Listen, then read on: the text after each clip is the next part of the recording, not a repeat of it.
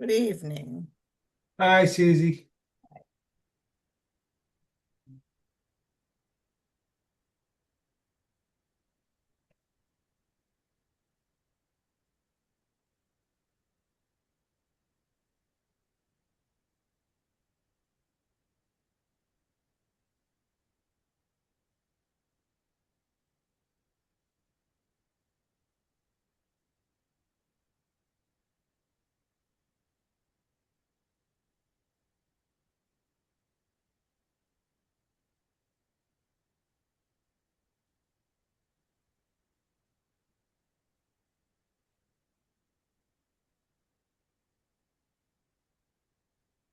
Oh, good.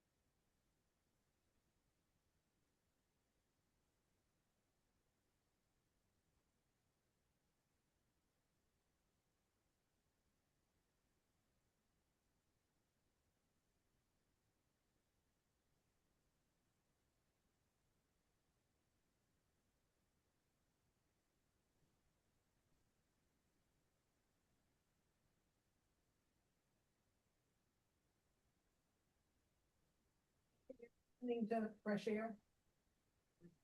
You're gonna. Yeah, that's okay. If you're gonna listen to this.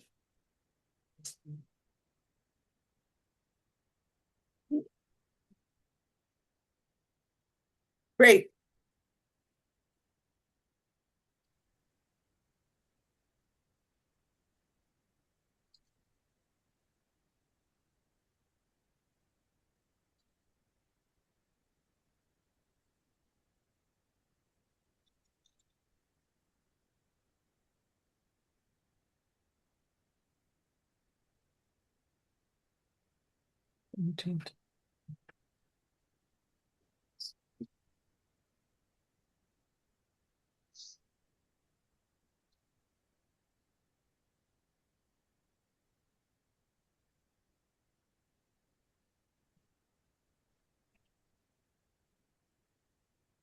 All right. Hi, everyone. I'm gonna call the FinCom to order at 7:16. I think Molly is she mentioned that she would be able to log in late. I haven't heard from Laura, but Laura's traveling. okay, Laura's traveling. So I think this is it for at least a little bit. Okay, so let's just quickly review what we want to get accomplished tonight. So, most important order of business is for us to get a report from the Capital Planning Committee about projects that have been approved by the committee for um, vote at our annual town meeting. So we're going to pull up our CapEx planning document that we always use this time of year to help us make some decisions about proposed funding for those items. And then we can see kind of how that impacts our reserve accounts. So that's, I think, the most important thing. Then I think we also want to just quickly sort of take stock of where we are in terms of the budget. A couple things have I think have actually I'm not even sure. Yeah, a couple things have changed since we last reviewed it. And then I want us to just look at the schedule and make sure we're all clear on sort of what our time frame is for getting this done. Um, and I also wanted to pull up Haley, I just was reviewing the fiscal Mhm. snapshot, so I'm gonna forward that, let's see, to the full committee. Well, I have it. You I have have it? it. I think she did. Oh, I she think did Caitlin, already. you did, Great. right? Good, okay. Um, and I think that there are a number of, I think, issues related to FY 26 overages and whatnot, and I just was hoping that you could kind of summarize all that for us, and then I don't know if there are any that we need to take action on tonight, but I No, think, I don't think we need to take okay, action tonight. all right. But it'd be good to kind of make sure everybody's kind of on the same Mhm. page as far as what those items are. So that was my plan for tonight. And so I know we're getting a later start than normal. Hopefully we can end more or less at our usual time, but I guess we'll see. All right. So George, I know when I saw you at the Four Towns meeting, you had a plan for how we would I think you guys are going to sort of share the load. Could you remind me how we're going to do this tonight? Yeah, so Nate and I are here, and Mhm. Nate and I we'll cover different items. There's a Okay. pretty extensive list, it's a pretty long list, so I think the best thing to do, AJ, is to bring up the schedule you were talking about and put that on the Okay. screen. I've updated it. We met about an hour ago, and I updated it for all the conversations. I've got the best dollar amounts we have, and the dollar amounts we can put on the warrant articles at this point. Um, Okay. the only one that is subject to change, we don't really know is one of the highway items. So I'll talk about that in a minute. Okay. But all the rest I think are pretty straightforward. Yeah, if you might want to make it a little bigger. How's that? Yeah, that's good. Um, yeah, so I'll just tell everybody, we had So a on special this, town. sorry, on this, just so I can get clear. It's So all the we're ones that say capital planning approved in column B. all right. So I'm just gonna for now, I'm gonna highlight these. Okay. And I put the financing of all of them in the free cash column. That doesn't necessarily mean that's what we have to do. The two items that I didn't are items that were really not, we will have no effect on FY 27 because we won't take delivery until sometime in FY 27 or even 28. And so I Okay. don't think that we'll still have to make a decision how to finance them, but Mhm. Are because they of going to size, be? Are they going to be warrant articles that need to yes, be approved at yes, this coming? Okay. Yeah. yes. So in But that. we won't, obviously the fire truck, we're going to have to use debt Mhm. mostly debt. We might put something down maybe. But for now, I just put them in the other column. And I put the other ones in the free cash column because I mean, we're probably going to say free cash for most of them, if not all of them. And, I'm jumping the gun here, but we know the highway department also has Chapter 90 money. How we use that is really dependent on whether we get the grant for the grader or not. But Does. anyways, so that's the list. It's pretty extensive. This does not include other things that we all know are floating around. Mhm. Um, the dam work, for instance, has really not come to us through the capital planning. So we're looking at $133,000 if we were to fund all this stuff with free cash. Anyways, Okay. And this includes like the cash reserve items. that's Uh, down. Yeah, that's where or you are right operating now, budget. right? And so the total use of free cash would be 300,000 if Mhm. this is the way we approached it. Right. Got it. Okay. Which what 8.7 it looks like would be of our Mhm. budget. Yeah. So for anybody who doesn't remember or has seen this for the first time, this section of this planning tool tells us what starting balances for our three um, cash reserve accounts are: free cash, capital stabilization, and stabilization. Then this shows us that we used roughly $19,000 of stabilization funds, or expended $19,000 at a special town meeting in September. And then that brings us to these balances. And then here's the $302,000 dollars, which is the sum of all of these free cash items, which I guess we should talk about whether we whether we want to fund them that way, plus this amount here.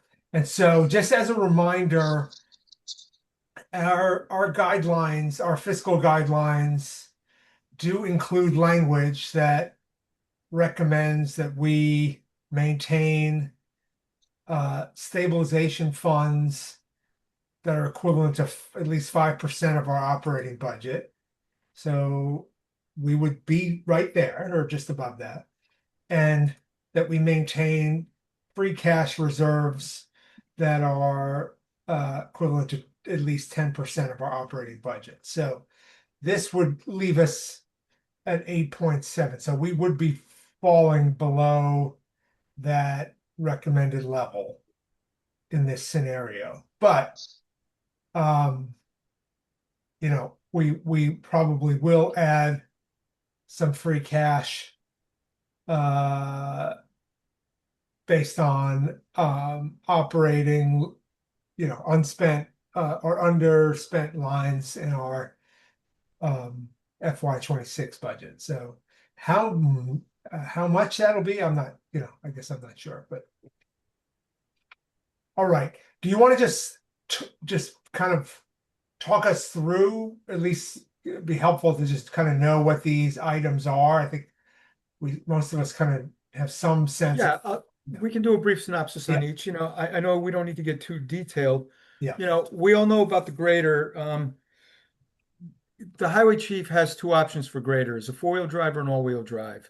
This is the all-wheel drive, which is his preference, $370,000. If we went to a four-wheel drive, it would be about $297,000. So there's a decent a fair amount of difference between the two. And I asked him, if we don't get the $250,000 grant, can we go? Would you be okay to go with the four-wheel drive? And he said yes. He would prefer the all-wheel drive when he's grading uphill. The all-wheel drive does a better job, and the four-wheel drives tend to have trouble. So he really does. He thinks for Shutesbury, all-wheel drive is more appropriate.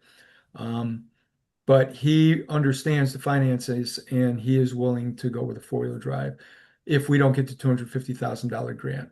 So, you know, we might want to have him come in once we know that story and talk about that more. But, you know, the current one is very old, as you all know. We put aside $16,000 last year to make repairs to it, which he did. It was down again, but it looks like he's going to have it up and running. He wants to get new tires for it. And that's pretty much the story. He needs to keep it running because it's going to take quite some time to get a new grader in. And it probably wouldn't happen until after the grader season is over. So that's the story with the grader. He was in our capital planning meeting today, and he did say that he feels very confident that he's going to win the grant. I read in the paper, and I think probably a few of you saw that the grants, about 80 towns applied for these rural road grants, and 20 or so are going to be awarded the grant. But he said our town has as many dirt road miles as any other town. He said ours has a lot. And his conversations with the state, he said, were very positive. Okay. Susie? Do we have a time frame for when the grants are going to get awarded? No, it looks like it's going to happen it's going to happen probably in the next 2 to 3 weeks. But the paper wasn't really clear, and he didn't necessarily know. He didn't know. Okay. So can we just sort of play through the two scenarios? So if we win the grant, that'll cover $250,000 of this expense.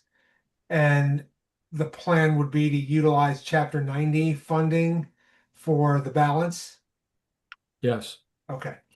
And if we don't win the grant, the plan is to opt for the more economical four-wheel drive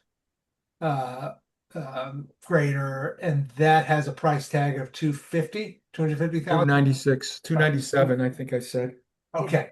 And would we utilize Chapter 90 funds to pay for the full cost of that? Is that the thinking? It depends. No, probably not. Okay. He doesn't have that much. Definitely does not have that much in Chapter Okay. 90. Yeah. How much do we have? So I asked him today to consider. He hasn't told us how much Chapter 90 money he can dedicate. I'm having trouble. Hold on one second. There we go. So I asked him how much Chapter 90 do you think you have available for capital purchases? Because I also raised the question about the tractor, which we haven't discussed yet. And he has to go back. He's got to go to the drawing board and figure that out. The 120 that he would need to pay for the four-wheel drive, he's all-wheel drive, the 370 that we have here, he thought he could do that. So if we go to the smaller one, it seems to me we could probably use the same amount of money, but he's going to work on that and try and get more. He's also going to try and determine whether he can do the tractor and the grader at the same time. Because when you use Chapter 90 for capital purchases, you have to apply with the state. I'm not sure, DOT, I assume. And so he wasn't sure if he could apply for two things in one year. He was going to look at that. So he's still doing a little legwork on that. So I don't think we're necessarily in a position tonight to make a decision about how to fund this particular item, which I Okay. understand could be a difficulty for us Okay. and all the others because it's all tied together. But Yeah. And I guess one of the questions I have is, do we write the warrant article in I guess specifying the $370,000 cost, and do we write it contingent on us obtaining grant funding to partially pay for that? Or do we write the article assuming that this, we don't win the grant, yeah, and we four fund roads. a $370,000 expense through borrowing cash? Yeah. So I guess we'll talk about that at our next meeting. Do we think we'll have more information between now and next week? Our next meeting is when? The 24th, yes. 24th. Okay. Yeah, I'll keep in touch with Dave. I don't know. Okay. I really don't know. Well, I think I have to draft articles, so I think I might bring it to our next meeting two different versions of this. One that assumes the $370,000 cost and us winning the grant, and then one that is the alternative, which, I'm sorry, you've said it 3 times now. Can you remind me what the cost is? 297. I was gonna say, I said it 3 times. That doesn't mean I remember. Okay. It's 297. 297 sounds right. It's 296 something. That's right. Okay. All right. All right. And so then, Susie. So I just looked at what's in the highway chapter 90, and there's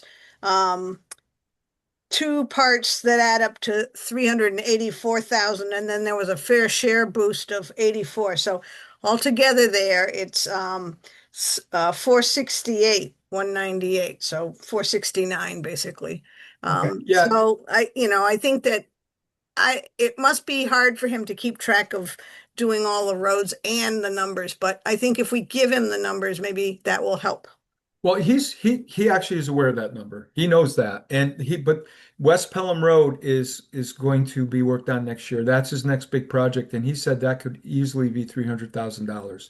So that's where he's got to do some of the back of the envelope, do some of the calculation. But But we also expect more highway money for next year. yes. Right. Oh yeah. And I Right. told him that, think about that. Don't worry about getting low, knowing that you have more money. And he referenced that today in the meeting, as a matter of fact. So he is aware of it. Okay. All right. Should we go to the next item, the tractor? Yep. So the tractor, he definitely needs a tractor. He said it has a lot of attachments. He got a good deal on it. He got it through an organization that for state highway departments, municipal highway departments can purchase through this particular I don't know what to call it, association, but it's support group. But basically, it was over 70, I think $72,000. It was more than that. It was like $78,000 and 16 off, I think, or something like that. Anyways, so he was able to get a really nice discount, but he needs a tractor that he can use that's versatile, which this will be. It will be able to do an auger, snow blowing. He doesn't have a snow blowing attachment, but he does have the auger and the York rake. And he, basically he says he needs it. Okay. And in particular, he said it's going to be very helpful plowing the library, which he's having a problem with right now with the equipment he has. Got it. And his other tractor, he does have another tractor, but it's very old and expensive and requires maintenance. And he really feels like he should have two tractors. Okay. Susie? So you said you used the verb he got it, but you mean he has a lead on it where he can purchase it, but he Yeah, doesn't. no, he bid. He went out and got bids. He He showed bid. us bids for like five or six, and the prices range from Okay. 64 to 70 Okay. something. He has a bid on it. Yes. I think the lowest price was 62, but this is the machine he really wanted. Okay. And for $2,000, and it's more versatile than the lower priced one because it has a wide range of attachments they can use for all kinds of uses. Got it. And I'm assuming they'll honor the bid. after- Yes. No, well, the guy told him he'd give him a little more time on it. So, I'm not sure. Okay. But last year he mentioned that he bought a lawnmower and it ended up being more than what we passed, and he uses maintenance line. In fact, like $1,800, I think he said. So part of his maintenance line, the problem we had with the maintenance was because he used that. So he sounds like he's pretty creative. He is very creative. When we talked to Dave, I got to say, he does his legwork. He's done quite a lot, and he's working with other towns and talking to other towns. There are other things that one of the trucks we have, he thinks he's going to sell, doesn't need. He thought it should have been traded in when we bought our last dump truck, big plowing truck, and he thought it was going to be traded in, and he was surprised it wasn't. He's going to try and sell that. And he might even barter for that to get some plows. He originally requested plows. I'm getting off the track here, but he did request plows. But he could not stomach the prices he was seeing for those and said he's better off going out and finding a used one. So he said, I'm withdrawing the request and I'm going to try and get them and use my maintenance budget to pay for them. And he's also going to try and sell the tractor to get us some free cash. Got it. Get us some cash. So I give him a lot of credit. He really has been doing his work. Okay. Next item, the sprayer. Yeah, so he was able to get it. Last summer there were real problems for the residents of the dirt roads, Montague Road in particular, with dust in the air, with the drought that we were experiencing. And so he, from Amherst, was able to get his hands on a tank. And what he needs is a sprayer that he can attach to it, and then he can basically treat the roads. And so that's why the request for the sprayer. And we supported it. We certainly understand the issue, and we know it was an issue last year. And the fact that we got the tank for nothing means that we'll actually be able to use it. This will allow us to use it. Okay. All right. So I think we've got three elementary school related items here. That's where Nate comes in. Yep. Hi, Nate. Thanks for Hi, joining. AJ. Thanks for having me. Yeah, so this first one is the SES parking lot engineering assessment. It's for $15,800. This is a quote I received from the Berkshire Design Group. Mhm. I reached out to them. Haley and I met with Carlos Nato of the Berkshire Design Group over a month ago. I reached out to him last week when a lot of this oil tank stuff was going on, and Frank and I discussed getting an engineering assessment. That's kind of the first step. On Saturday, I received a quote for $40,000 from him. I read over his quote and talked to him yesterday. And we looked at just the task one, which would be the site survey for $7,800, and asphalt testing for $5,000, and base map preparation and site assessment. The survey is an extensive survey that they do. He said that most surveys go like every 50 feet, and he has guys going every 10 feet. Then he comes back after their survey and goes along with his laser level and all his equipment.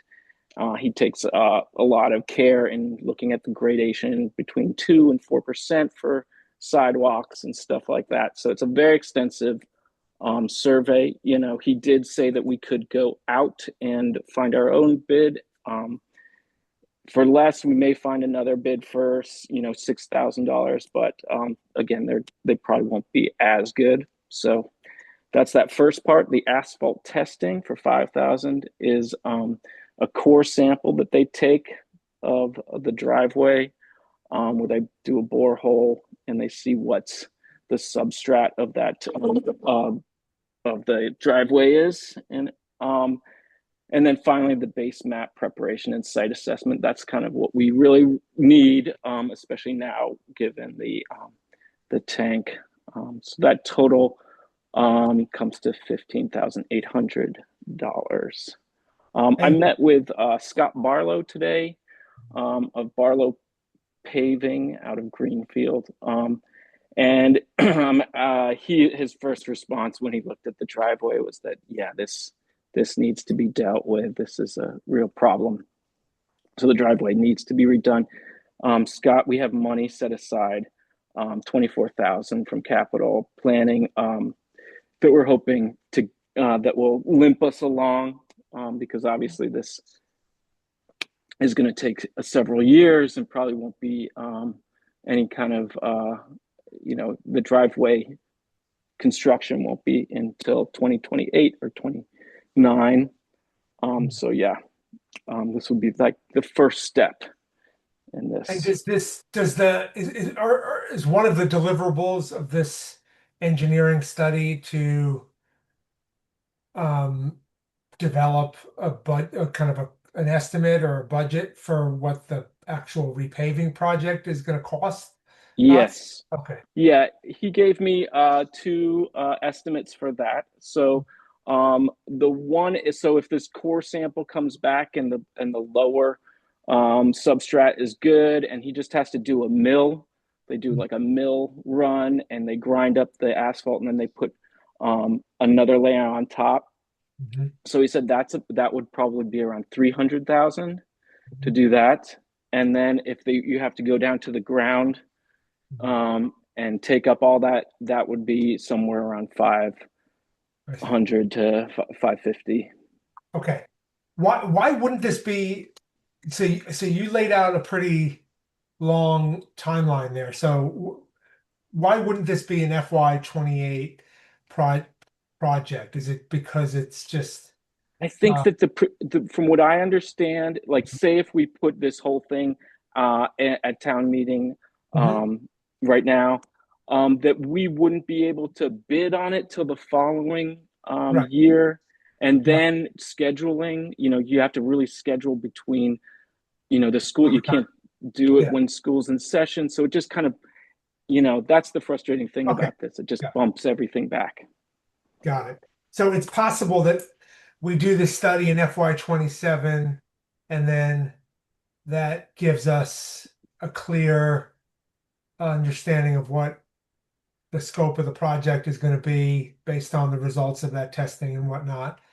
We have a cost estimate for whatever the scale of the project is, and that will get voted on at town meeting in FY27, and potentially the work could be done that summer, if not the following summer in FY. Yeah, hopefully. I don't think it would be that summer. I think, Yeah. like I said, I think it would have to be the following. Yeah. I remember, we had discussions in our capital planning about that. But yes, that's Yeah. Okay. exactly All right. it. That's the timeline. Okay. Got it. Susie.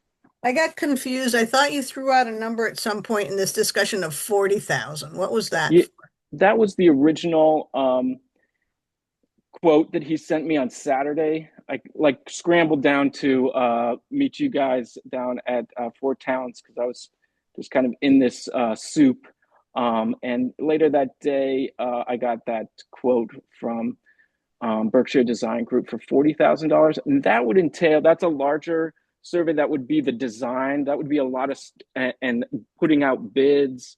That would be a lot of stuff that we're not really even there yet. And I was just, what I talked to Frank about was we're really looking for that engineering assessment.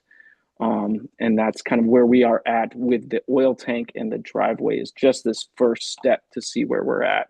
We can get So the information. oil tank, though, isn't involved in the It is not. 15,008. No. No, it is Okay. separate from that. Okay. So it would be taking the, Frank would take the DEP survey and all this stuff, and we just kind of combine this information to try to assess amongst ourselves what we're going to do.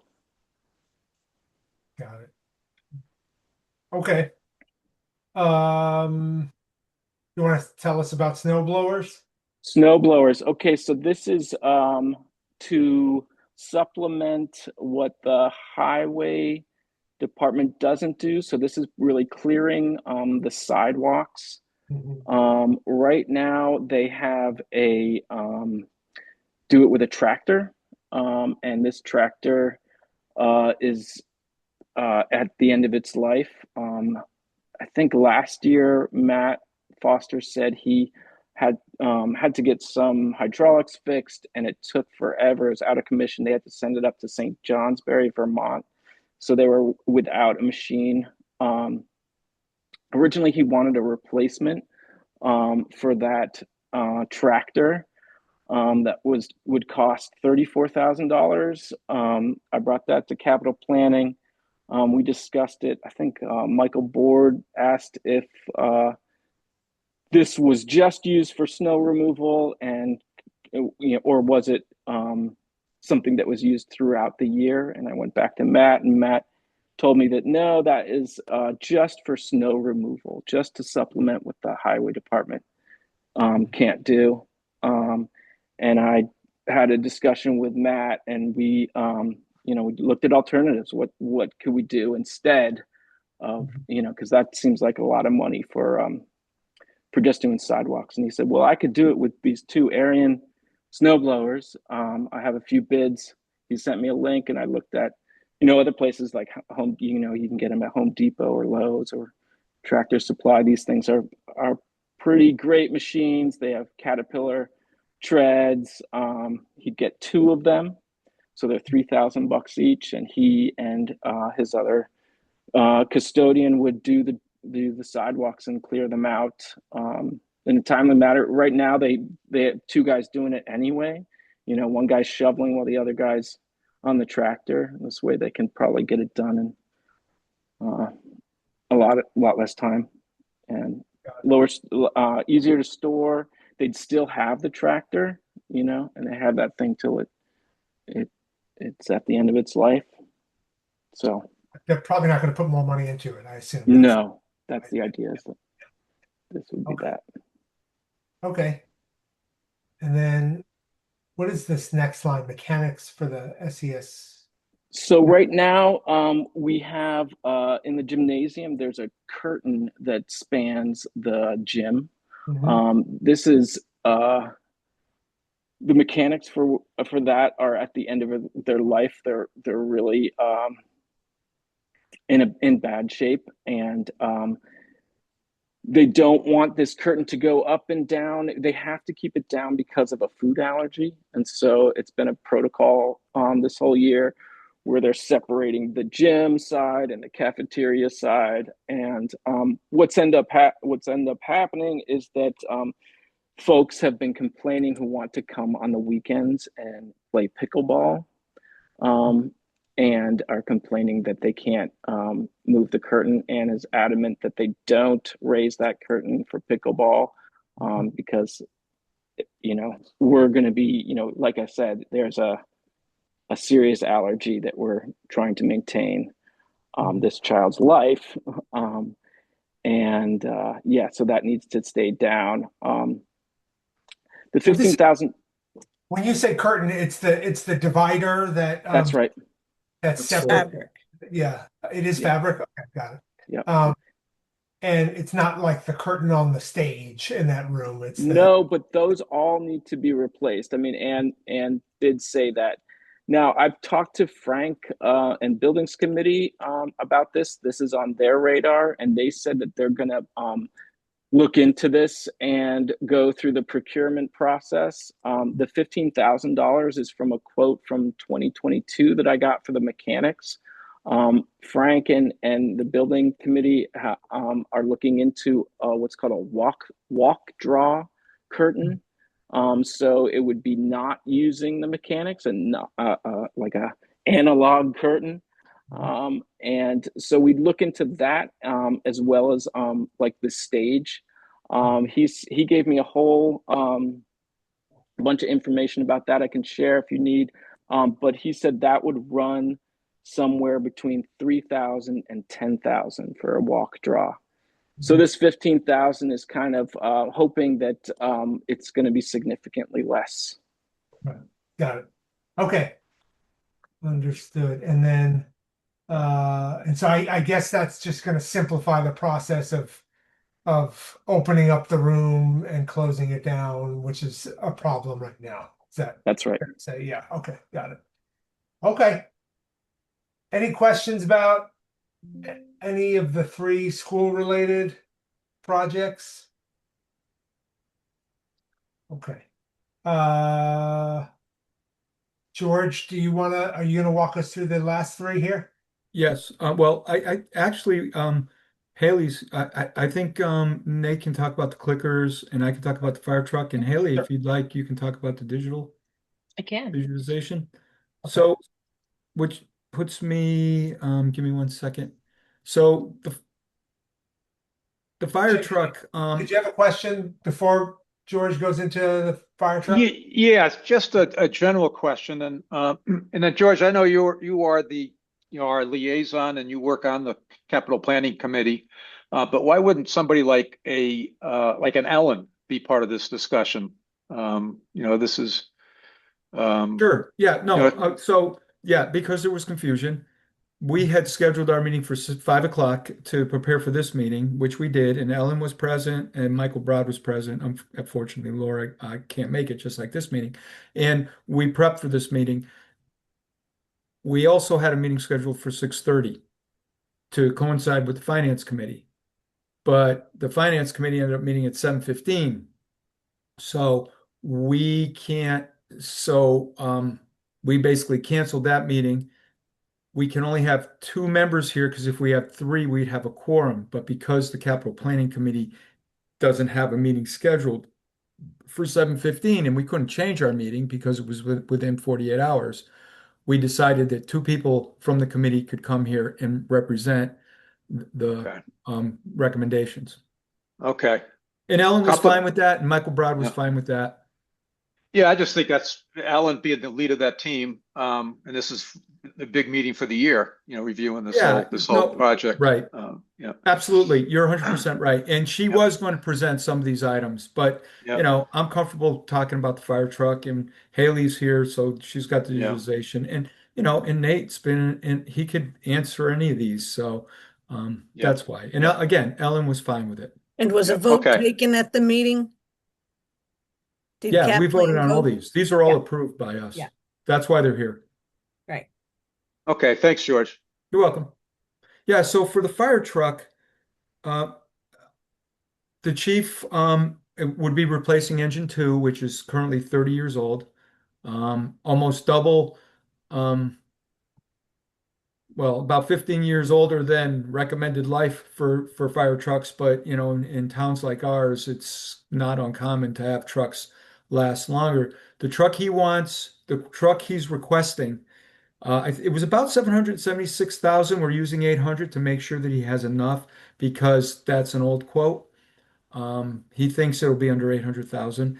The truck he wants would not be customized in any way, and that is going to save us. He said customized trucks can run up to $1 million, and he does not need any customizations. His only concern was this truck's a little bigger than the current truck, but he thinks it will still fit in the bay, so he's okay with that.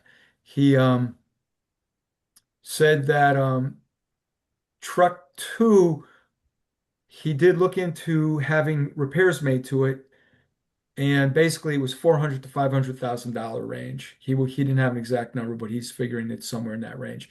And it makes no sense. And our thinking in the capital planning committee was it makes no sense to spend that kind of money on a truck that's 30 years old.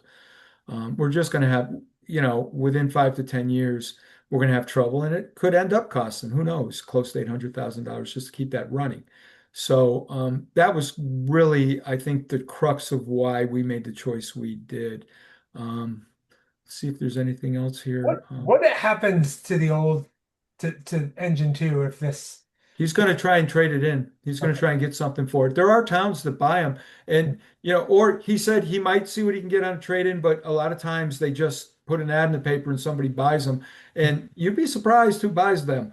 He told us one, I can't remember what it was, but I know I've ridden my bike by farms, and I've seen them in the fields, and farmers will buy them and use the pumps in them.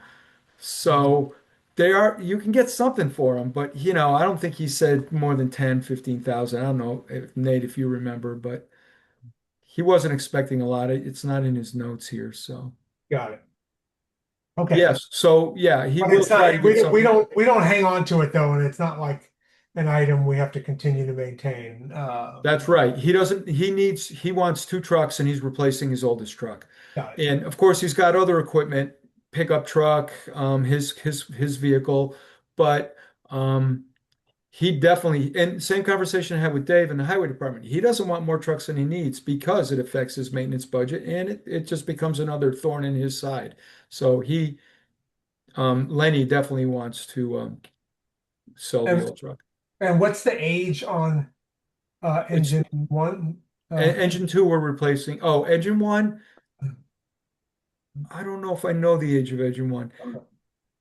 We purchased it probably about 10, 13 years ago. Okay. The debt service on it ended a couple years ago, so maybe it's in the notes. Let me look.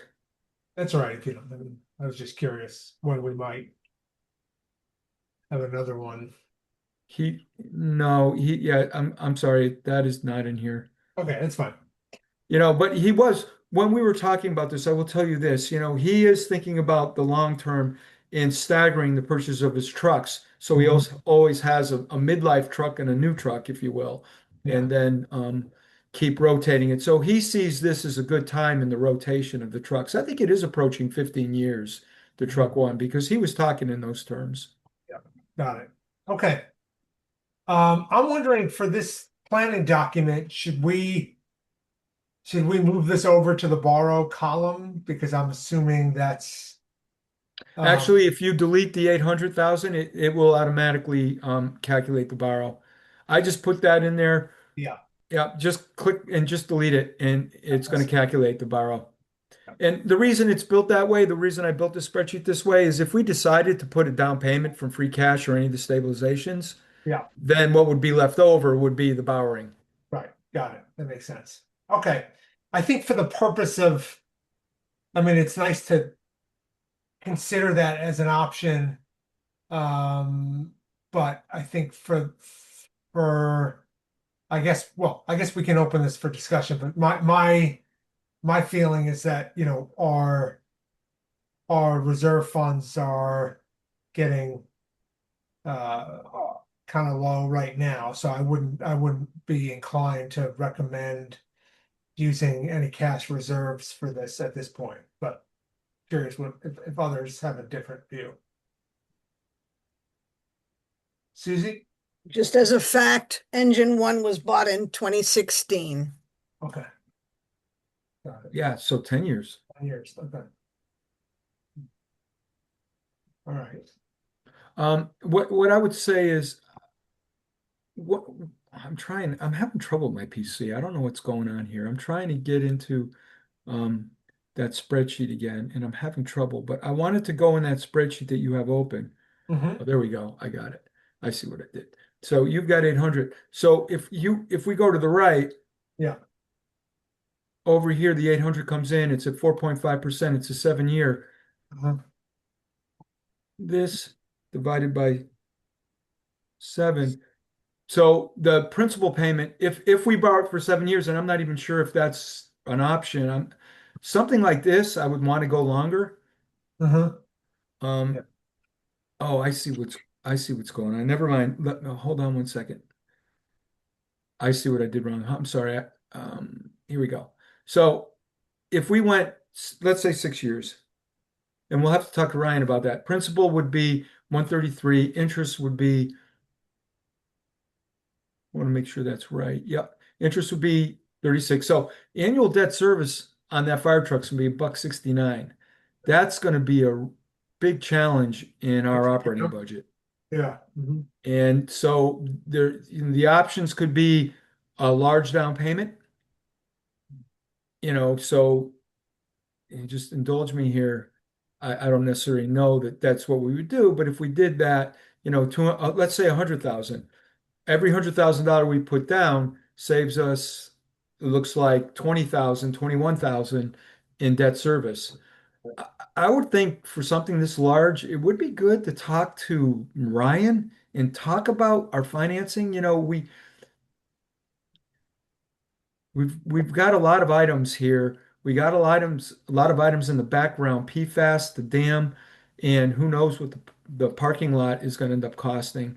And I Mhm. think we really do need to take kind of a comprehensive look at the Mhm. whole debt service picture to Mhm. just get a better idea of it. And He's again, joining us next at our next meeting next week. So we could, yeah, we could mention that. I'm sorry, you said Ryan's coming to our next meeting? Yeah, our next meeting, correct. Yeah, and what can we do for years? Because you can see as I change the Yeah. years, these numbers really, Change, there's yeah. big difference in what we do. One Yeah. year is about a $19,000 on its own. So Was the last truck financed over for 7 years? Do you recall? Yeah. I don't recall. I don't know. Susie? I think that part of our goal tonight is to say, should we put this in front of town meeting on a warrant article because we feel that the fire truck needs to start being in motion? It needs to be on their minds, and we need to support that that is a need for the town.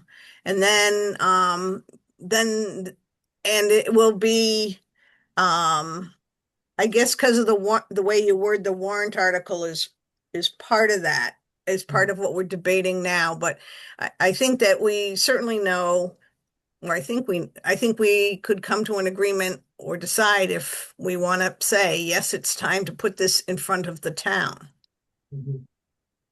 I'm assuming that he can't actually negotiate the purchase unless the town approves it, right? And so whatever the timeline is for us to actually get this thing delivered, it doesn't begin that clock, I'm assuming, until he can sign a purchase agreement or something, and he's gonna need the town to approve it, right, at a town meeting.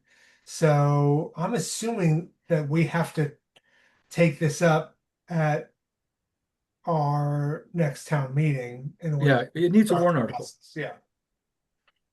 And we need, if we are going to be using this as a warrant article, then preparing Ryan for our next meeting on the 24th, it would be saying to him, this is the ballpark figure, tell us some numbers and tell us probably the best way to proceed that we would need to know for the warrant article, right? Yeah. So he Yeah. should come to the meeting with that information because we're trying to nail it down. Yeah. Yeah, no, I think that makes sense. Because I'm also wondering, like, does Lenny need to put a down payment to actually A deposit? a deposit, I should say. Yeah, that's a good yeah. question. He didn't mention so it. Does he need He cash? might not know. Yeah, Might he need might to not know. ask. Okay. You know, for municipalities, these people, companies that sell to municipalities probably understand that, you know, we're not real flexible and real fast Mhm. with money. So they probably are flexible about that. Got it. All And I right. think if you build a fire truck, and this truck is not customized in any way, Mhm. it's going to be built right off the conveyor belt the way Yeah, they, faster. and so they'll be able to sell it. I don't think they're worried about not accepting delivery. Got it. Okay. All right. So we've got the clickers are next. Who's gonna? Yeah, the clickers. So town moderator has Just put a quick this. question on the fire truck before we Oh, get sorry, off. Jim. Yeah, I'm sorry. Go ahead. Yeah, just a general question. You talked about a grant on the truck on a grader. What's the potential for something like that in a fire truck? A grant of some type. Oh, I don't know. I'm not aware of any. I know we didn't use a grant in the last one. I don't Yeah. know if the state provides grants for that. I assume Lenny looked into that. I don't recall that we asked him. Mhm. Maybe Haley should check it out, but I don't think Lenny I would don't have. think there are. Yeah, so Or they if do there that are, I kind of don't thing. think we're prepared to time it. They would do that type of thing for a grader, but not for a fire truck. Well, there's statewide, if you're watching the state legislator, there's a lot of pressure on them about roads and bridges. Okay. And the Okay. crumbling infrastructure is in the news a lot. And, if you drive around the valley, you find yourself, if you drive through Montague last summer, you found yourself having to take detours because of all the bridges that were out. And Yeah. that's a statewide issue. And that's why Chapter 90 has been getting extra money. Right. And a Is fair really share. Right. anything they Yeah. can do to improve the infrastructure. Yeah, roads and highways and Yeah. bridges. But not fire Um, trucks. Jim, In a I couple just did years a- when fire trucks become an issue, maybe there'll be grants. Jim, I just did a quick Google search and it looks like the only option would be federal programs. Okay, What the all right, yeah, okay, what the let's- state will yeah. pay does not go that high. That's hard to let's- believe. Okay, let's not go there. Yeah, thanks, Haley. I think we've taken advantage of the like the safety equipment. I think there is a safety equipment grant that I think we've taken advantage of before. Is that That's ring a how we bell? did the communication tower and all Right. that stuff. Yes, yeah, right. Certainly But worth that's- looking into. That's a modest, I think we're talking much smaller sum of money for those grants than what it would cost them for the fire truck. Okay. Let's tell them the clickers are a safety issue. Yeah. Okay. So, yeah. So who's going to tell us about the clickers? So the clickers are presented by the town moderator. They're 250 clickers. We were given clickers from Amherst when they changed their form of governance, and there's a little window that we have now to trade those clickers in for newer ones. And Nettie has presented it in that way. It's kind of time. This is a kind of a one-time shot to get this rebate for the 250 to replace them. It does require a annual fee of $495, a subscription fee. She held a mock town meeting for folks to try it out. I attended, and Laura also attended from Cap Planning. We attended it on that Saturday to try it out and see what it was all about. It seemed to go pretty smoothly. I think we had 15 seconds to count the votes, which was significantly less than what the 10 to 20 minutes it can take to count votes by hand. Let's see, you'd save money on, I think it's $15 an hour. You pay 2 to 4 people to count those votes. This would be one person would get trained. That's part of the $495 subscription fee would be to pay someone to man the computer, be trained on this first charge. 5,700 would be to help train someone from the town on this system.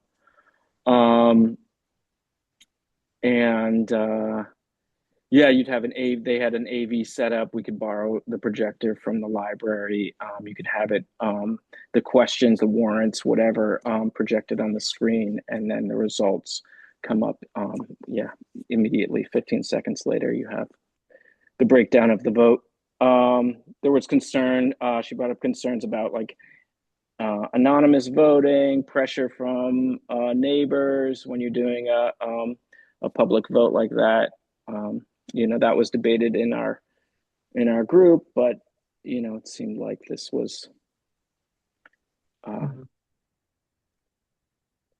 good idea to do. Was that the sort of primary, like, I guess, justification in terms of a sort of problem that this is solving?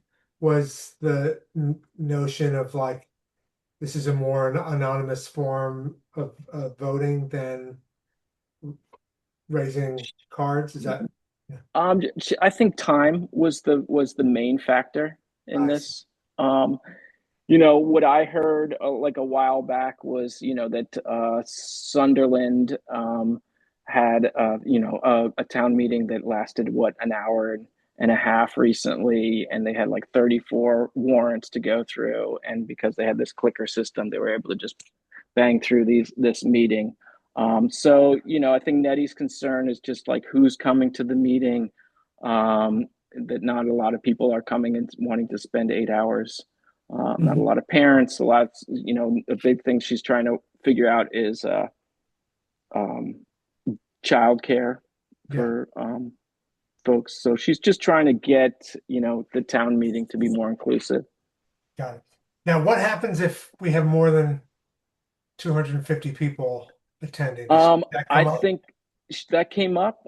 She said that usually we have 180 at town meeting, and that the most that we had was 230. That was what a few years ago when we voted on the library and had that outdoor event where tons of people showed up. So the most was 230 that we've had. So this should have should cover it. She also said that we can rent these out when we're not using them, and that other towns are interested in that. So we might be able to get some money back somehow to pay for it by renting these out. All right. And so, okay, so the $5,700, that's the upfront hardware cost. Is there and training? Okay. Yeah. Is there a subscription fee for FY27 that needs to be added to? I believe that the 5,700 that's baked in. Okay, got it. So that's our year one cost. Yep. Okay. Yep. All right. Any questions about that? The clickers? Could you just clarify that the 495 is included in the 5,700 for the first I year? believe so. Yeah. We'll have to remember to budget that in FY28 though somehow. Yeah. Yeah, We should maybe put a 495. line in and just fund it at zero Yeah, good with idea. a note that says next year it'll be 495. Yeah. Yep. Otherwise, we're going to forget. Like the Yeah. mosquitoes. Yes. which I'm happy to forget mosquitoes. Yeah. All right, Haley, do you want to tell us about the data digitization? Yeah. So one of the first things that the select board had talked to me about when I started was, what do we do with all of our records? We have so many files at town hall. So I worked with a company, I think it's like Data Tree Solutions. And so basically what they'll do is they'll come in and they'll take, file folders, boxes, and they'll go in and they'll digitize everything in the file. So that could be notes that someone scribbled in a margin, that could be post-it notes, the documents themselves, but they'll scan everything and and say somebody had a public records request while they're handling a specific document, we can actually reach out to them and say, we need this, can you provide it to us so we can fulfill that request? But essentially the benefit is we can eliminate some of the space. We're talking a lot about how do we modernize? How do we, adapt town hall space? And a lot of it is just taken up by boxes of files that we don't need to have paper copies of. We can just have a thumb drive where everything is located on. So what I have, I had them come in and price out like the whole building, but for this specific request, we're focusing on the downstairs meeting area. And there's a selection of filing cabinets outside of Gail, the accountant's office. And so that's what we want to clean up and digitize. So again, we can free up space. Got it. And then what do we destroy the physical files after, or do we? Yeah, Store them? No. they'll give them back if we want them, but we don't need them. All we need is the digital. Yeah, makes sense. Okay, so then I'm assuming that in that you're gonna, and I think this note implies that you're gonna include other areas of the building in future years, and so like for at least the next few fiscal years, there'll be some component of doing this for a certain set of files. That's Yep. the idea? Yeah. Mhm. Okay. All right. Any questions about any of the, just in terms of the kind of rationale for approving these items? Are there any questions about that? And then we can talk about funding. Okay. Jim. You're muted, Jim. Yeah, maybe a question for you, George, and maybe Nate. As part of the capital planning committee, were there some projects you all batted about that were close or on the line, on the margins as far as getting approved, but for whatever reason weren't, that ones that we should be thinking about or concerned about for future needs? Or was it a pretty clear line that these are the ones that are needed and none really fell off that were really needed?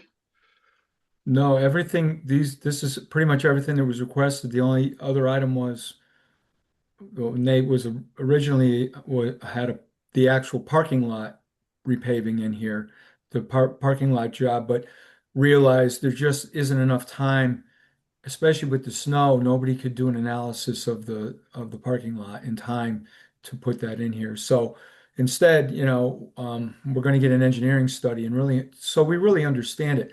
And as Nate said, there's a lot of moving parts because of the issues with the water tank and the oil. And so, but yeah, it went pretty smooth. I think Okay. part of the reason was, the grader and the highway, the fire trucks are just so old and well beyond normal years.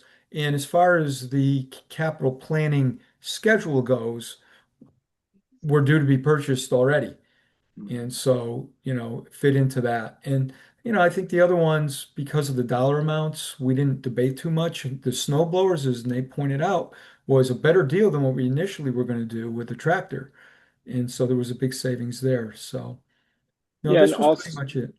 yeah, also to go back to the grader, last year when we had a vote on it, we were told that we couldn't use Chapter 90 money for the grader, and there wasn't a grant for it last year. So, yeah, so this year it seemed like a no-brainer. Okay, maybe a follow-up question, and that is, was there any energy around the team this year regarding a longer-term capital plan? You know, what different departments are going to need over the next 5 years or 10 years, so that we as a town can understand what's coming down the line beyond this year and think about how we need to support these types of projects in the future. Yes. Is any of that kind of discussion? Absolutely. Yeah, we did. Yeah. And we're going to be meeting, we're going to continue to meet even though we're done with these requests. And we are going to meet with department heads and we are going to, we started that spreadsheet and we have basically took the old one, which was very outdated. Some, you know, A, it didn't have all the current inventory, and B, the prices were just the grader was on there for $90,000. So it needs work. And so we're going to meet with all the individual department heads and get their inventory straight and try to get the dollar amounts and the inventory, the life of each item, and when they expect to replace each of those items, in other words, and then the anticipated costs. And we're going to put it, you know, we're kicking around the idea of putting an inflation factor in it so that, you know, when somebody says it's $70,000, but I won't need it for 5 years, it's going to end up showing up as $84,000 in 5 years so that we can always keep up with that and have a better understanding of what the real dollars will be. Yeah, and on that, you know, the driveway is kind of the third thing that needs to happen with the school. And this assessment kind of gives us that long-term plan. This same assessment was done for the roof. That was $35,000 to have an engineering assessment of the roof. The exterior was painted and, you know, fixed up. So those things have happened at the school. Those have, you know, a 30-year lifespan. This driveway is the third big thing, and the driveway has needed to happen 10 years ago. You know, I met with Scott Barlow today of Barlow Paving. He's gonna put together an assessment to get us to 2028 or 2029 to kind of patch the frost heaves and get our sidewalks into shape. You know, so I think this, you know, as far as the school, like those are the three big things that we're looking at that has been on Ann's radar is this oil tank. Is, you know, where are we moving to with that? Are we going to ground source heat pump? You know, what's happening there? So I think this, you know, assessment is the first step in kind of answering those questions and seeing what our long-term, you know, plans are. So Nate, in terms of the oil tank and the heating system for the building, is there anything that is going to be happening in FY 27 that is going to need to be funded through the capital planning process? Or? Yeah, probably. Frank was going to put forth an engineering study for us tonight, but he withdrew that and kind of gave us some information about what's going on there. I'm like looking for it now. I have some of it, Nate, if that'd be Yeah, helpful. that would be great. Kelly. Thank you. So we're kind of in the first phase of the oil tank remediation. And so that basically involved the, you know, collaboration with DEP, Western Mass Environmental, Ty and Bond, and Royal Steam, I think is the company name. Yep. So we have that mitigation has happened. The contaminated soil is in barrels ready to be picked up. What has to happen next is that we have to assess how much, if any, oil leaked into the ground. And then you have to further assess, there's a specific chemical that I don't remember the name of, but if that's positive in the oil, that would necessitate automatically that we have to get a whole new oil tank. So yes, there will be FY25 expenses, but it's not clear right now what those will be because we don't have those questions answered. You know, we're not going to really know very much how much more cleaning until we get it tested, which the oil company has to come out and do. And, you know, again, with, you know, as far as the oil tank goes, I think the quote that I have from Frank is about $45,000 to study heat pumps.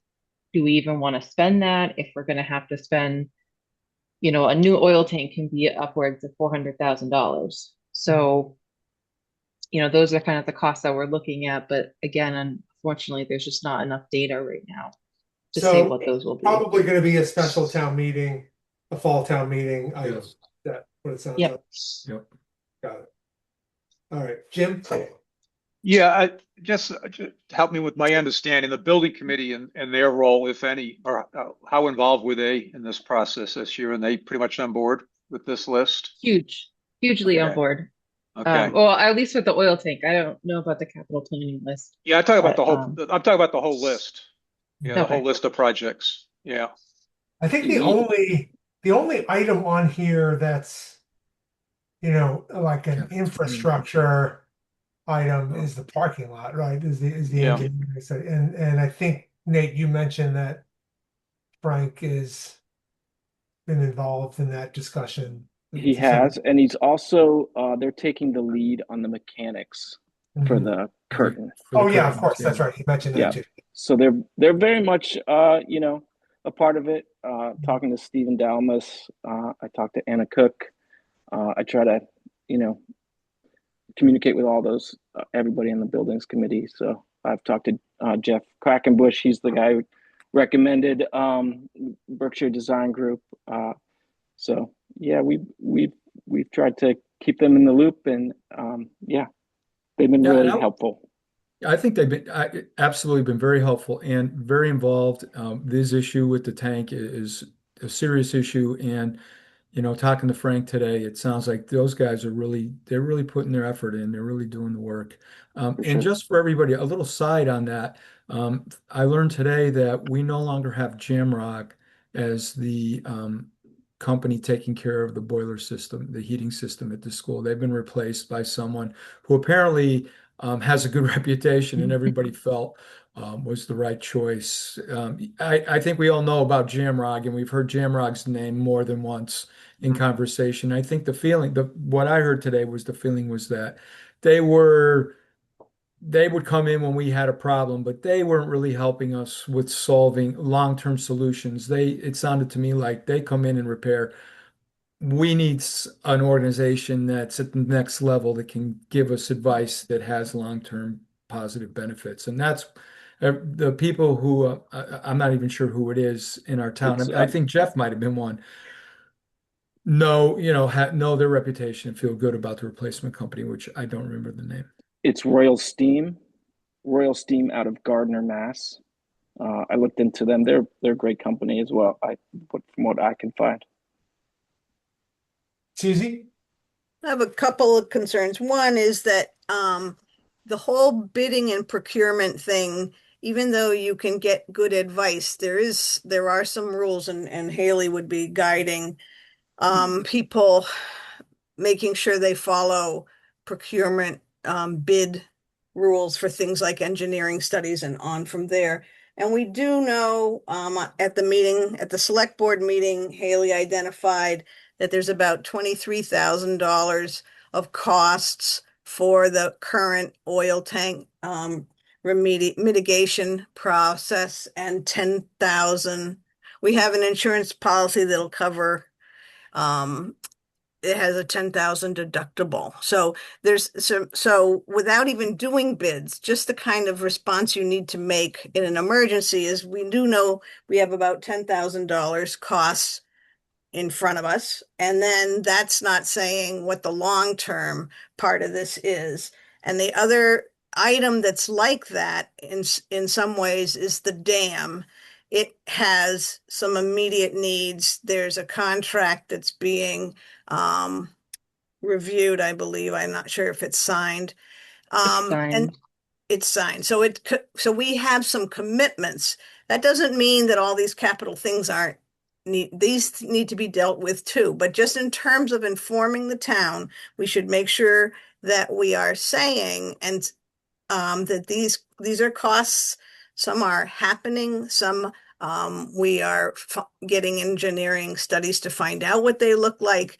And sometimes people think that, you just try to put it off. But one thing we have learned is that putting off certain costs doubles the price. So I just want to make sure that we really do have the things that are not on the plan that are happening identified to town, and then other things that in the capital planning, working out a better long range thing.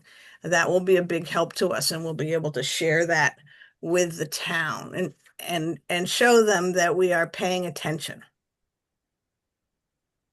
So do we need warrant articles for either the oil tank remediation costs that I guess that you've already expended?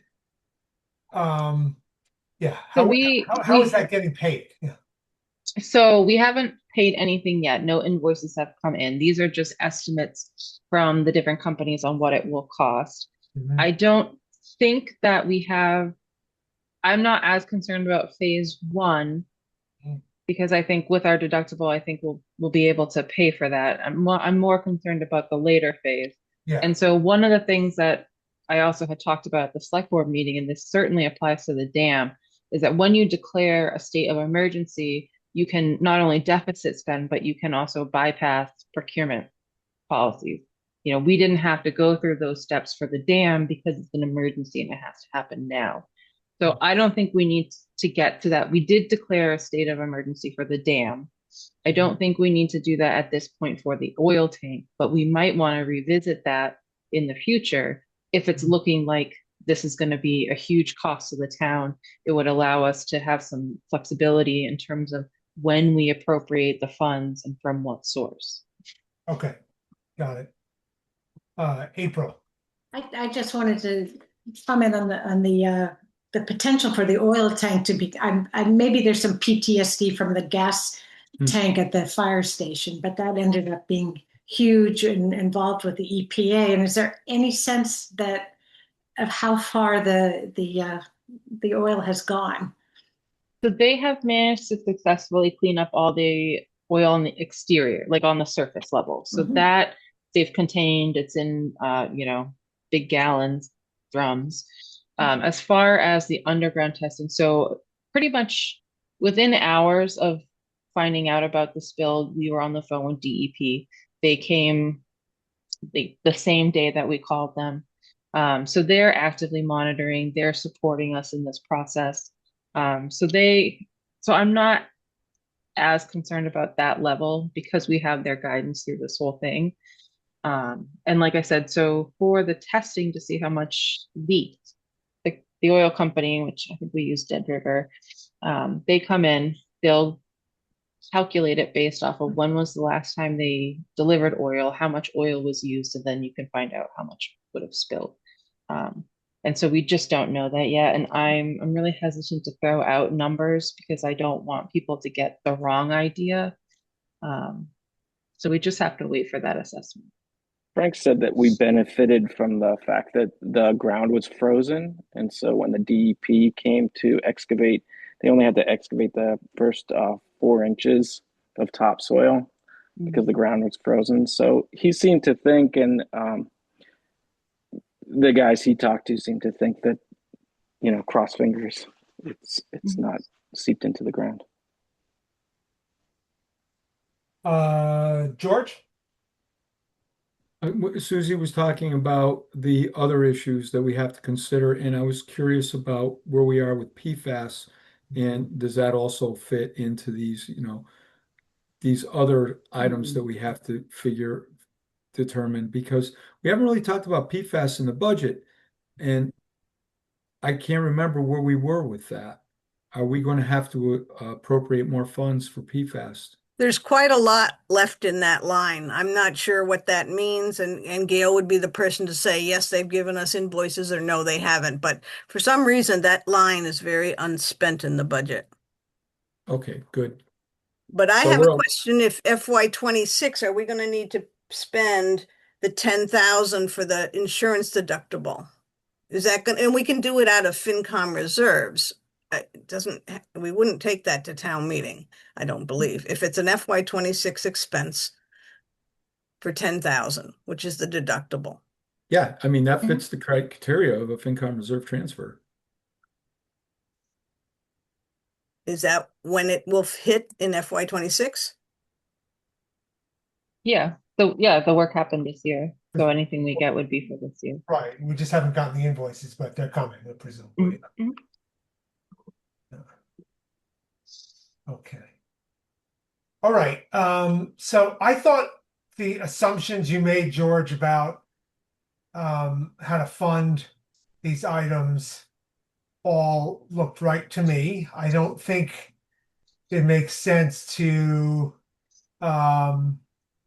allocate any cash reserves for the grader or the fire truck at this point. So, but that was just my, my instinct. Does anybody have any concerns about these initial assumptions that are made here, which are basically that we're going to fund everything with free cash, with the exception of the fire truck, which is going to get borrowed, and we may end up needing to put some cash down for deposit, but we'll get some more information about that. But for now, we've we've kind of slated this for fully borrowing for that expense. And then for the grader, I think for now, we're going to assume that we can fund this with a combination of grant funds and Chapter 90 funds. George? Yeah, so to the latter thing you just said, yes, I think we're hopeful that we can handle the grader without a warrant article for the financing piece anyways. And we may not need, yeah, warrant article at all. Historically, we've kept that service at about $113,000 a year. And in those years when there was no debt or there was less than that amount of debt, to the extent that there wasn't, we were funding stabilization. And that's how we got the stabilization balances we have. Now our debt service is well over that 113,000, excluding the library because that's funded through a debt exclusion override. But the other items, we're pretty much pushing that 113. I think we're a little over it. And we never adjusted it for inflation. So, maybe it should be 120, 130, 140 over time. But we're looking at a very big capital purchase with this fire truck.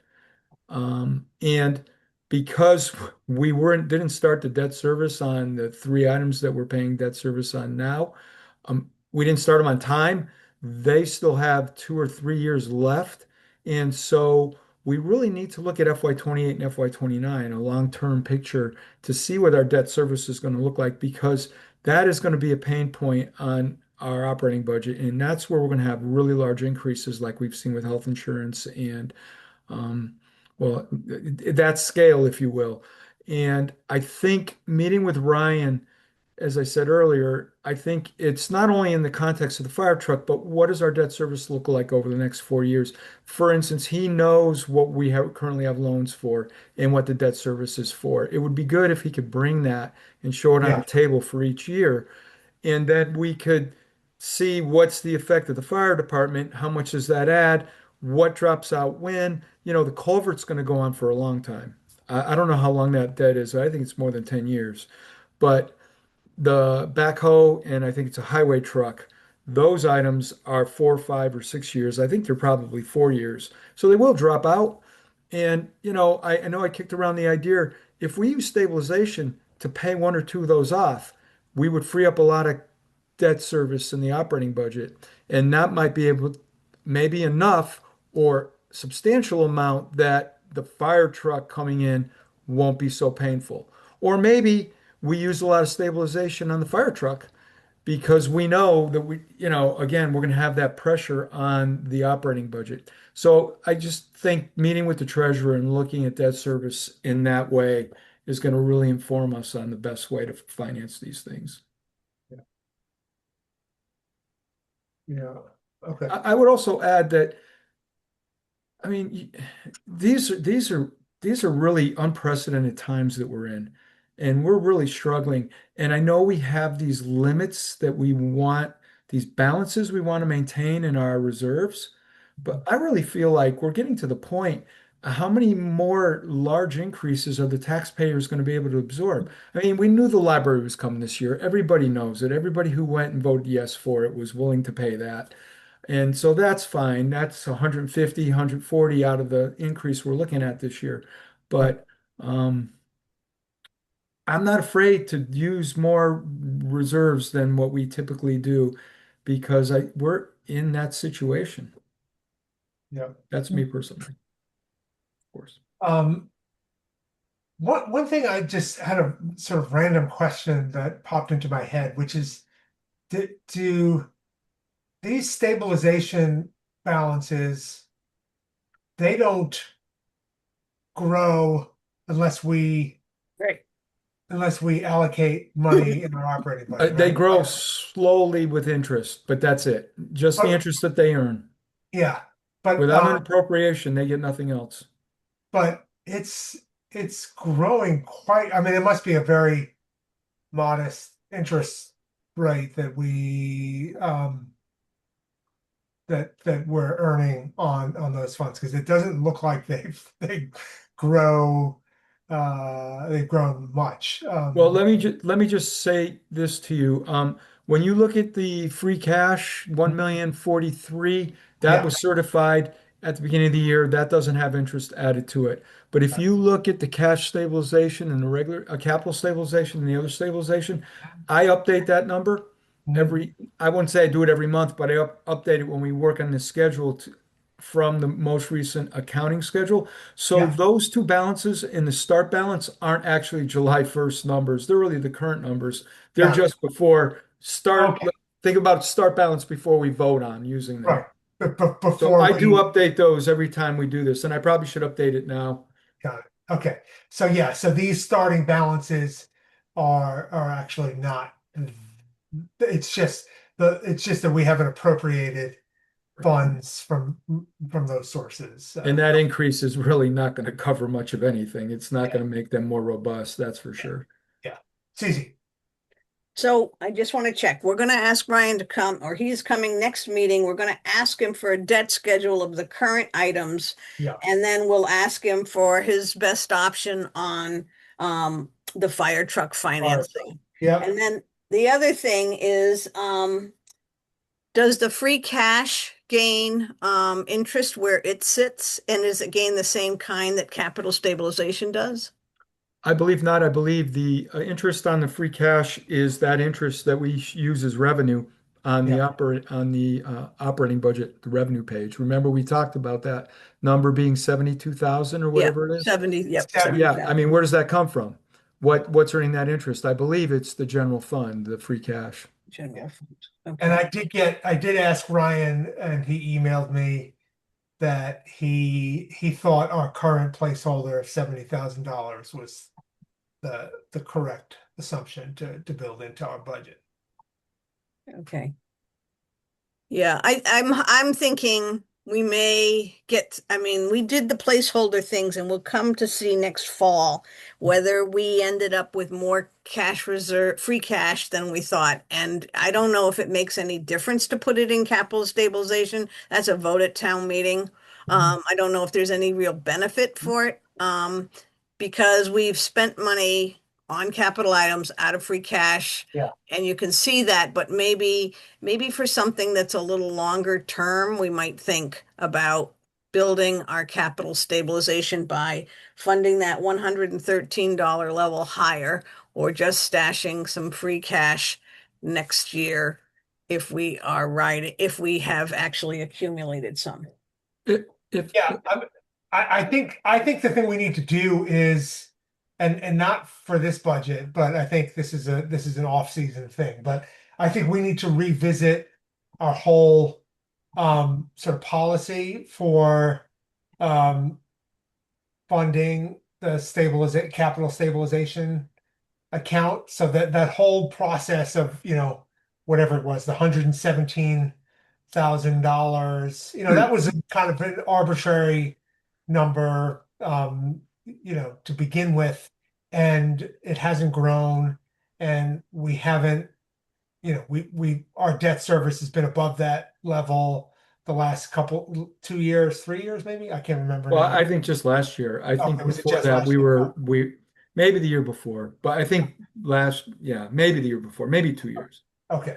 We didn't think. So, and it's kind of hard to imagine at this point, given the items that are on our horizon, that we're going to have any point in the next several fiscal years where we're going to get below that amount, right? I mean, that seems unlikely. So, um, I think I think it might make sense to go to revisit and build a line in the operating budget to continue to build those balances. But I guess we can talk about that after the budget has been resolved for this year. Jim. Well, to that point, I would say we're really in the opposite situation now, because you would fund that stabilization from free cash, or basically, Yeah. and we're going the opposite way with free cash. We're draining free cash. So I'm not sure where that funding would come from, this line, Yeah. when we're struggling managing the lines on the budget we have today. Yeah, certainly Uh, FY 27 that would be the case. But maybe things improve in FY 28. I don't, that's probably optimistic, but Yeah. where we could imagine, adding some money to that operating budget line, and we can fund that through tax levy. But you're right. That would be the case if we were to be doing that in this budget. Yeah. Yeah, the reason I raised my hand is I think Susie talked about the reasons for Ryan coming by, but there was also the library. It's going through his exercise. He's going to review his exercise that he went through on the 10-year versus 10-year 15-year. versus 15 year. Yeah. I've asked them to Yeah. just kind of give his perspective on that. Yeah. George. So the 113,000 that we were doing wasn't necessarily arbitrary. I think it was 2% of the budget. And I Okay. think, we probably want to keep that service at 2% of the budget and always make that kind of our goal. There is a line in the budget for paying funds into the stabilization accounts from the operating budget. And again, like I said, when debt service was low, we would do that. The other mechanism is, Jim pointed out, you could make a transfer for free cash. And if you find yourselves flush in free cash and well above our percentage, you can use that. The other option is you can make a debt exclusion transfer. So you could vote a debt exclusion override on an amount to fund stabilization, and it would go in the budget as an expense, and it would go on the revenue side as a revenue item added to the maximum tax limit levy, just like the high school or the regional school debt service and the library are. And towns do that. And in that case, you could do it over a number of years, or you could do a big addition if you knew something was coming. So I just want everybody to know there are definitely other options to consider in that conversation that you're talking about having later on in the year. Yeah. So 2% of our operating budget this year would be $167,000, and our total debt service in the budget is $265,000. But if we take out the library, that's 265 minus 78, 191 minus 42, Take out the library, you're looking at about 140. 145,000 basically. Yeah, yeah. So anyway, so I guess Not too maybe, bad. yeah, maybe there's, maybe there'll be an opportunity in FY 28 to establish a new baseline for that policy, of 2% of the budget. A lot depends on, how big our bed deficit or, the whole game. It's funny, you were pretty optimistic a minute ago. The state is still feeling pressure. Well, we just got to keep pressure on the state. I'm sorry, don't. Mm. The one thing I want to say is what everybody's aware that the Quabbin bill and in the governor's budget, she's making a $50,000 down payment. For 10 towns, is it? Yeah, for 10 towns. And I'm thinking if that's how much, and so I'm wondering, is that revenue? I mean, are we just going to let that go to free cash, I guess? We can't really count on it as revenue for the operating budget at this point. But what that tells me is they're not thinking big. Right. There are 11 towns. I think there I were. think there are 11, weren't there? That Are we sounds being- about right. I don't know. Where Hardwick, Pellet, I don't know. That sounds So about are we right. being left out? I think I saw a newspaper item saying it was 10 towns and they're 50K. Yeah. Oh, And who okay. knows how they're going to allocate the 50K. Right. And the governor's bill is not the final say, so there is still room to push. Yes. I'd like to look at the budget numbers that we're going to be wrestling with.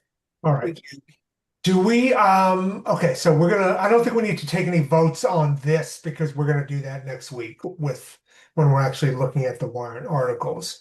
So I'm gonna draft warrant articles that correspond to these capital items and I'm gonna follow all the assumptions that are built into the sheet right now.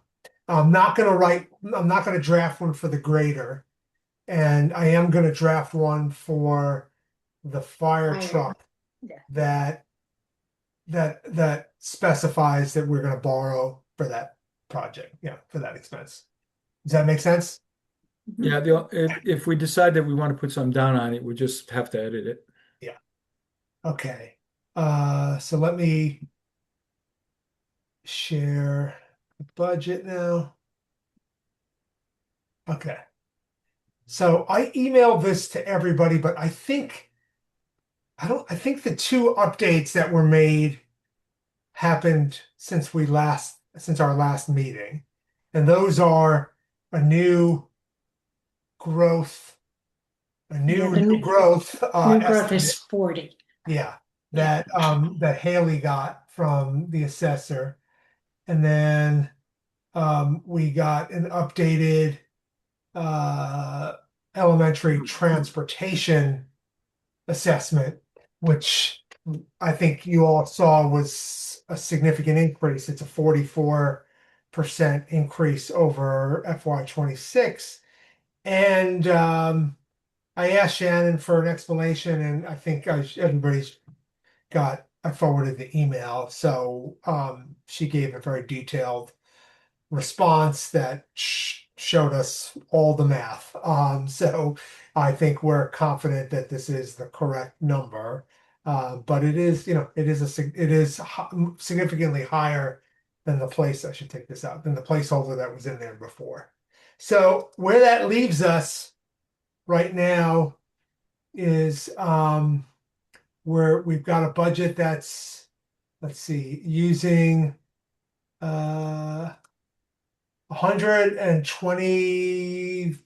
$123,000 worth of excess levy capacity, and is gonna result in an average single-family tax bill of $7,305, which is $535 above what the average bill was in FY 26. So that's where things stand right now. I think we're pretty close. Like, I don't think there are any new any items that need to be updated. Um, I I at the place I did ask the select board about our placeholder for the town administrator, and I think for now that's a reasonable assumption to build into the budget.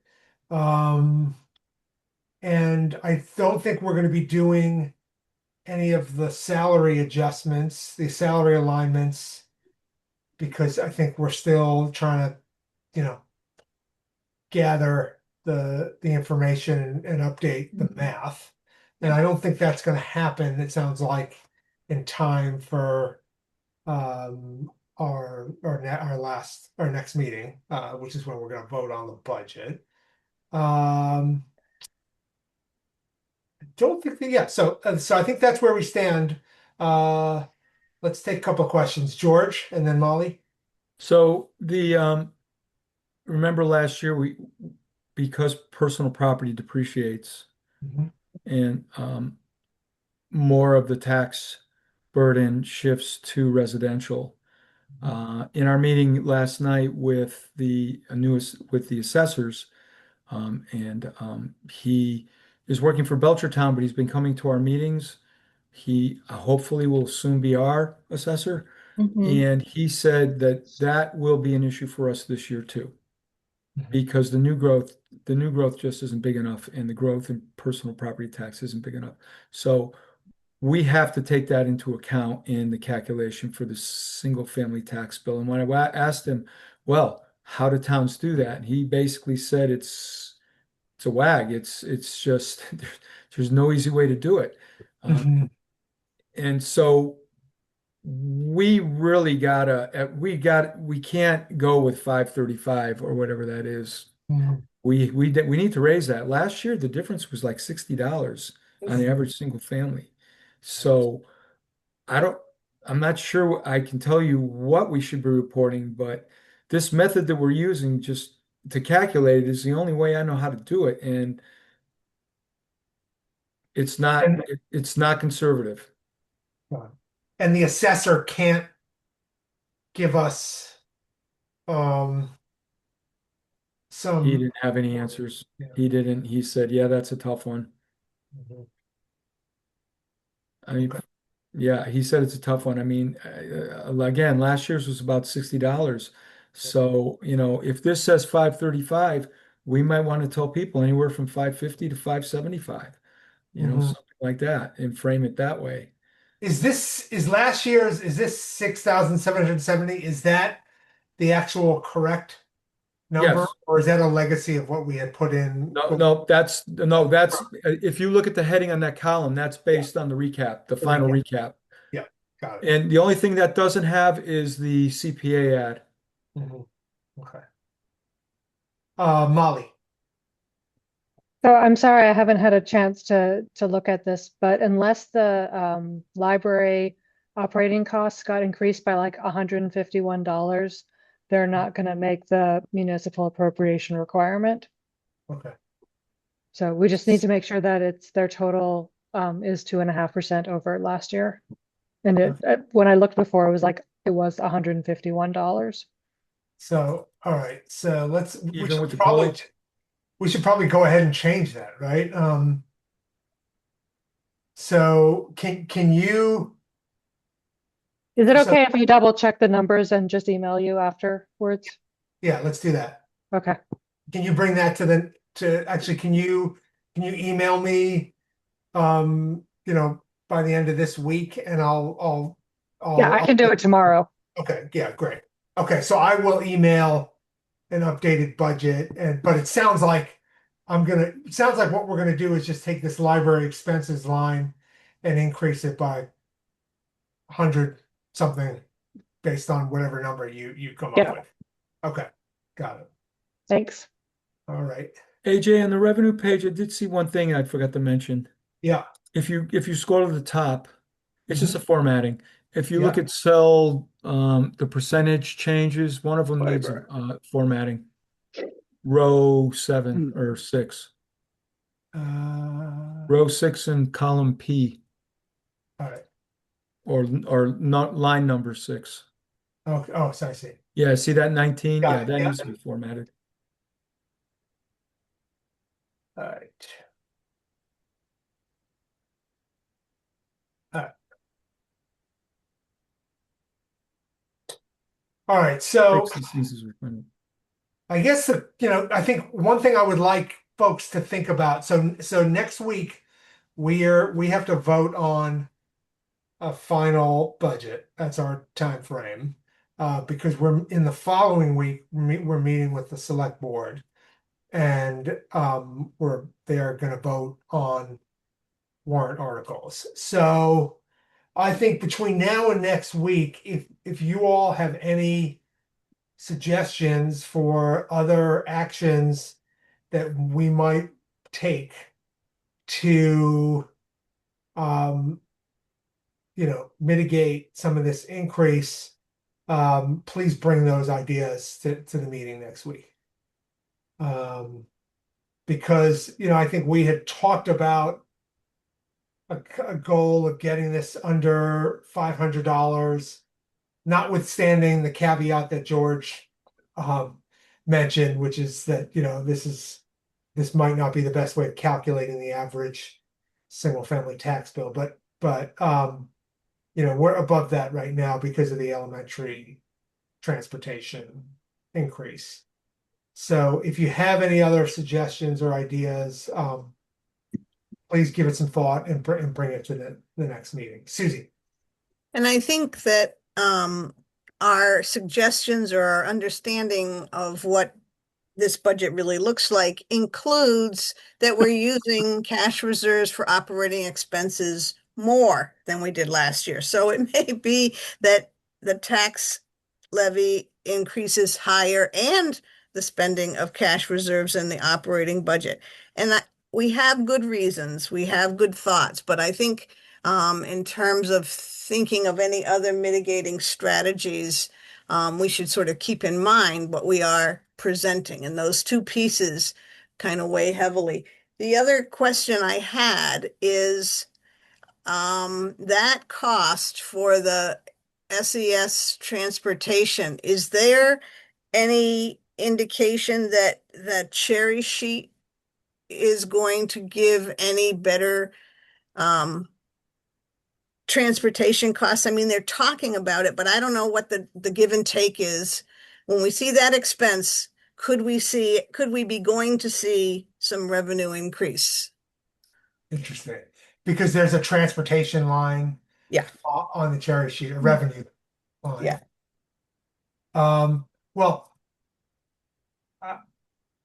I don't think the January preliminary cherry sheet included any significant change, but maybe we can look that up while we're talking. Well, for transportation. Yeah.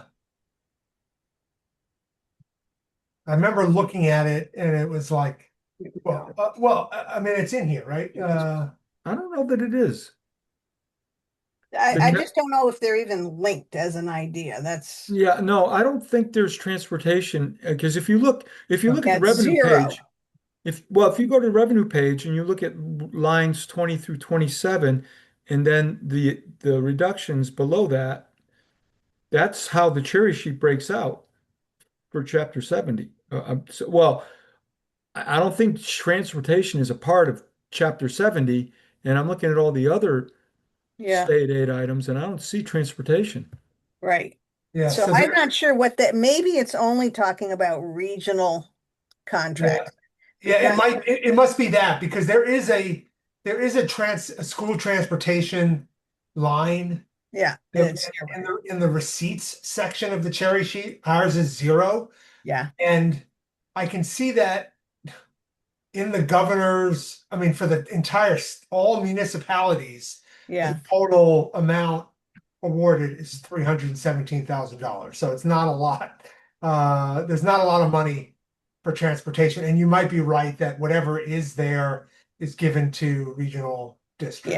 Yeah, because on the cherry sheet from the governor, the regional transportation is 1,000,004. 1,104,000. So Okay. all of the noise and all the advocating that's going on for regional transportation, or no, for school transportation is at the region, not us locally. Well, that's Right. great to find out. Right. Yeah. I think I did give it a little bit of thought, and we can talk about it more next week about maybe absorbing some of that 40% increase in the transportation cost, funding that through cash reserve. Wouldn't do much, but it'd be maybe $20,000 or something like that. So I don't know, I'm gonna give that some more thought, but that was the only sort of creative idea I could think of for justifying using some more free cash to lower the tax levy. Because that is a big, we've done it before with items that are increasing by over, or around 40%. We did that with health insurance last year. That was a 40% increase. So, And that's a new contract, and is there a clause built in for following years in the contract? that is a good question. I don't think Shannon addressed that in her email. I think we had a fuel rider on the Yes. previous one, Yeah. but I think, sort of one good news is it shouldn't, I'm pretty sure it's about a new contract. That's Yeah. why it jumped. Yeah. Okay. All right. So just want to briefly mention our schedule. Let's see.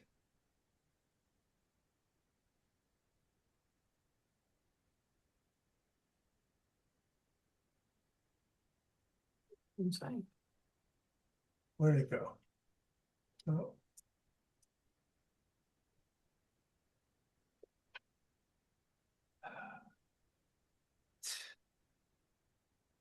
Sorry.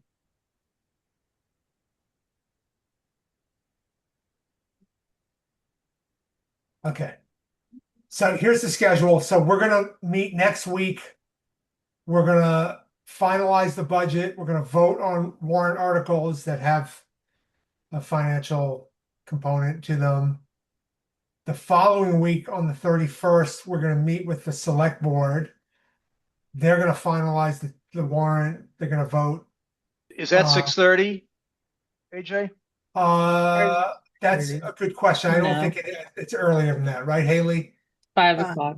5 o'clock. But probably we won't be first on the agenda. Yeah, let me find out when they want us to join that meeting. But and I'll update you guys. Then I think the select board's gonna need to vote on the warrant on April 7th. It gets posted on the 23rd. I don't know, this is what I got from an email Brennan shared. Sometime in that week before town meeting on May 9th, we'll do our public information session. In the last few years, we've done it on the Thursday before. So somewhere in after, somewhere between March 24th and May 7th, we'll need to update our annual report. Do you mean And, April? Did you mean sorry. April 24th? I meant just, Oh, okay. yeah, sometime between our next meeting and the public information session, whenever it happens. Actually, we're gonna need to, we're gonna need to update the report, post it on the website, and probably want to give people a week before the information session. Yeah. At least, if not, but we might be able to do it significantly earlier this year. Okay. I'm noticing that Tuesday, April should be April 21st, not the 23rd. Okay. Just All right. slight detail.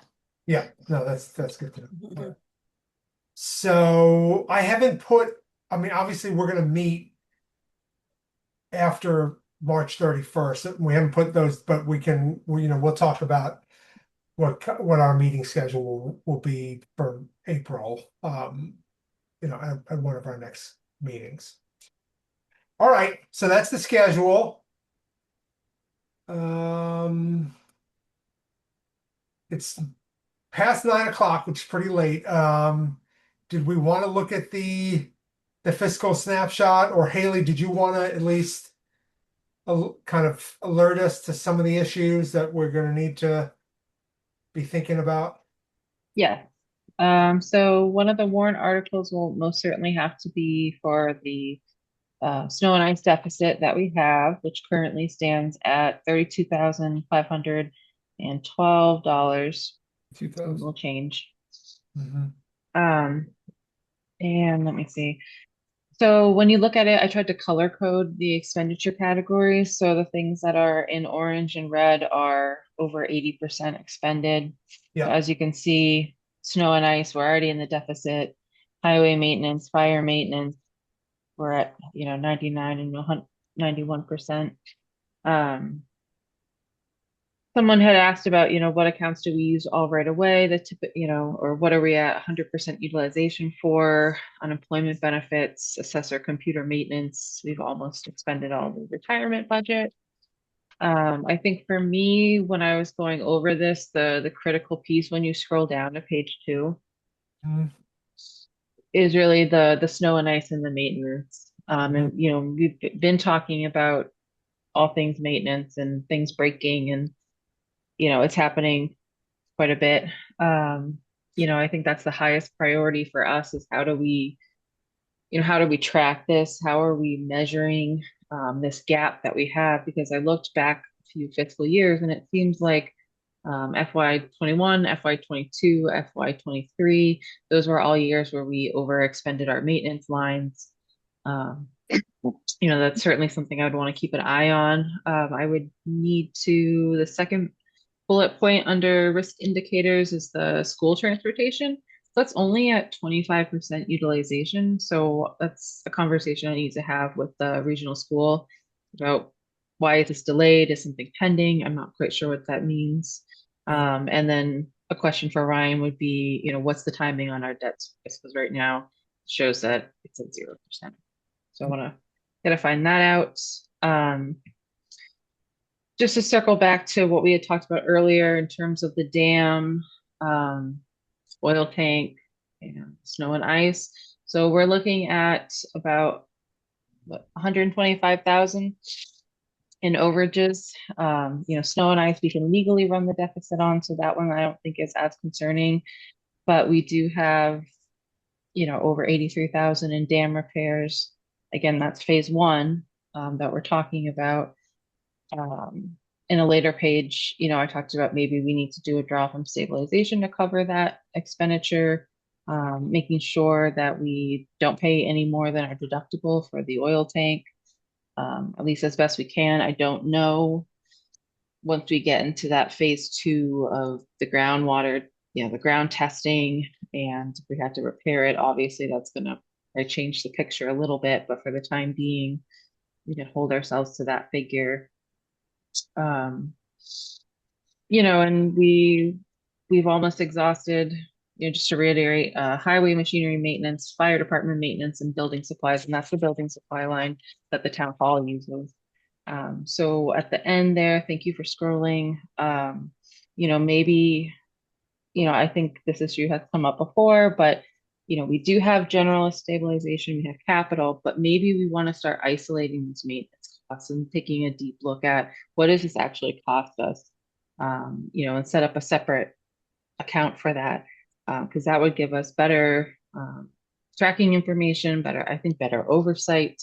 We don't really understand what our problems are if we're not tracking them in some way. So Haley, could you repeat that? You're talking about isolating what costs from stabilization? Maintenance, and particularly all these like unexpected things. But even just our general, particularly highway and fire, this year seem to be the ones that were expended the fastest. So one You know. thing I wanted to just kind of remind everybody is that we did, and I think I did think this definitely feels justified. We kind of encouraged the highway superintendent to boost the highway maintenance line by 43%. So it's going from 28,000 to 40,000. This feels like very justified. And I think there's a question about whether, the fire department, and I think that's something we should maybe just look at next year about whether that line is getting overspent like repeatedly year after year. And so maybe we can take a look at that line and look at the last few years of data to see if there's a similar, because the pattern we were seeing on highway is that every year in recent years they've been overspending, and that was just an obvious point that we needed to address. And I don't know if it's the same thing for the fire department, but it's worth taking a look. Susie. We did boost the fire department last year, and in fact, somebody at town meeting wanted to know about it. And we did boost it. And also that it's spent out is how he chooses to do it. It's I'm not sure that it's in any difficult situation. We can ask him next year, but we did boost it for FY26. Yeah, it looks like it went from $11,000 in FY25. That was what was budgeted, but he actually spent 21,000. So that was overspent by $10,000. So that led us to increase the the line in FY26 but to $16,400. Yeah. So you're right. And then we further increased it another $1,600 this year. So it's gone from 11,000 to $18,000. Yeah, so I think our budget is moving along, and how will it pan out? We'll see. But I feel like we've thought about this in FY27, but we've thought about it in previous years. And the other piece is that we are buying new equipment, and we always buy new equipment. And maybe people want us to buy it a little sooner, but I think we're doing okay. Yeah. George, and then sorry, Susie, was that? Yeah, that's it. Sorry. Okay, George, and then Jim. So, given all the large expenses we're facing, the difficulties we're having with controlling, taxes, the tax impacts, we need to look for all sources of revenue, right? That's something we all know, grants when we can find them, utilization and stabilization. I'm suggesting we go deeper than we typically would. And we have CPA, and the CPA fund balance is huge as far as I'm concerned. It's a very large number. And I know this year there's quite a number of requests, and I know that those requests are going to put more than just a scratch in the surface, but there's still quite a bit of money. And I know, Haley, I sound like a broken record, but when I see dam and I see dam costs, and I know the dam repairs, I think, fit under the CPA requirements. I understand there's a process and a timing for CPA, but it would take pressure off the property tax bills if we could exploit, however you want to put it, use those funds. I think, they get funded every year. The taxpayers are putting into it, but that amount that they put in doesn't fluctuate, and the state matches, which is wonderful. So the CPA is I think it's a great revenue source. And I think when something fits into it, we have to look at that first. Yeah, so that is a really great revenue source. It doesn't really address like this current iteration of the dam issue because, again, it was emergency. So CPA is only going to work if we can plan for it. So like the phase 2 project, once we have a better understanding of where we need to be, I think that's definitely an appropriate use of CPA. But in the suggestion for this, the maintenance stabilization account is really these emergency things that are popping up. Because one thing, this is just my intuition, this is just me, having sat with this budget for the last year, is that our margins are really thin. And I know that we do a good job. We do the best with what we can. We look for grants. We buy new when we can, maybe not the right speed, but our margins are really thin. And I would just, if we don't want to do a separate account, I think maybe just making sure that we can add a little bit more to stabilization would be helpful, because there are going to be problems that we don't foresee that we can't use. There's not a time to apply for a grant or to apply for CPA. And I just want to make sure that we have ourselves covered for that. So there will be a warrant article for $83,000. It looks like it, because I don't know at this point. I couldn't apply for CPA because the event happened this year. It would have had to happen. We could have planned it, then I could have applied. But yeah, so we are on the hook for the 83. When we get through that phase of completion and we can look at the phase 2 design study, then we can we'll have a little bit more time so we can prepare the CPA application. All right, so then we are going to need to have to talk about a funding source for that $83,000. Right? Yeah. Right. We got to reflect that in our plan. Yeah, I was going to say that. Yeah, if you've still got it open. Oh, AJ, if I may, just on that point, Yeah. I'm going to update that schedule. I saw it's got a couple messy items. I'll clear those up, and I'll take the operating budget items that we're going to fund with cash. We had $169,000. I'll break it out so we can see them all on it. Okay. Just Great. to add up to that number. And yeah, and then we do need to add the dam. What's the exact number, Haley? Do you have an exact, or should we just assume 83? Let me just pull up what the contractor sent me. I thought there was something about the earlier contract was going to cover some of this. So we were awarded a grant in the amount of about $40,000. That covered only the design and permitting. We did not have enough funds to cover the actual construction cost, because we had to change our plan. Initially, we were just going to do the study, but then this event happened in late November, so that changed the whole course. So this $83,000 is the construction cost, like so that's what's not available from that previous grant. Yeah. But Correct. Okay. well, all right. It's not really the construction costs, it's the repair costs. The repair, The yeah. new problem that we discovered. Right. But I Just guess to be clear. Okay. Right. Yeah, you're right. But the point being that that's not, we don't have an existing source for that. That's the amount that we have to identify a funding Yeah. source for. Yeah.